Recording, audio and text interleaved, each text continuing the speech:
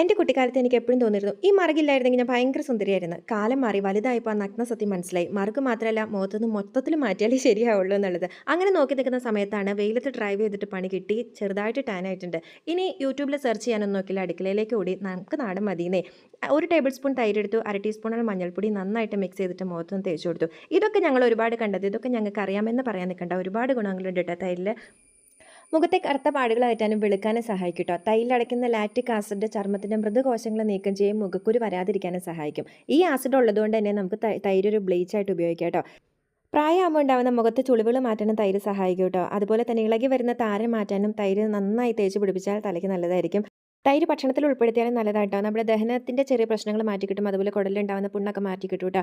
20 minute കഴിഞ്ഞാൽ തൈര് നന്നായിട്ട് ഉണങ്ങിയതിന് ശേഷം കഴുകിക്കളയാം. വൗ എന്ന റിസൾട്ട് കിട്ടിയെന്ന് പറയാൻ വേണ്ടിയിട്ട് ഫിൽറ്റർ ഇട്ടൊന്നും കാണിച്ചിട്ടില്ല, അതിൻ്റെ പതിവുമില്ല. വൈറലും ട്രെൻഡിങ്ങും അല്ല, നല്ലത് ഏത് തിരഞ്ഞെടുക്കുന്നു എന്നാണ് കാര്യം. താങ്ക്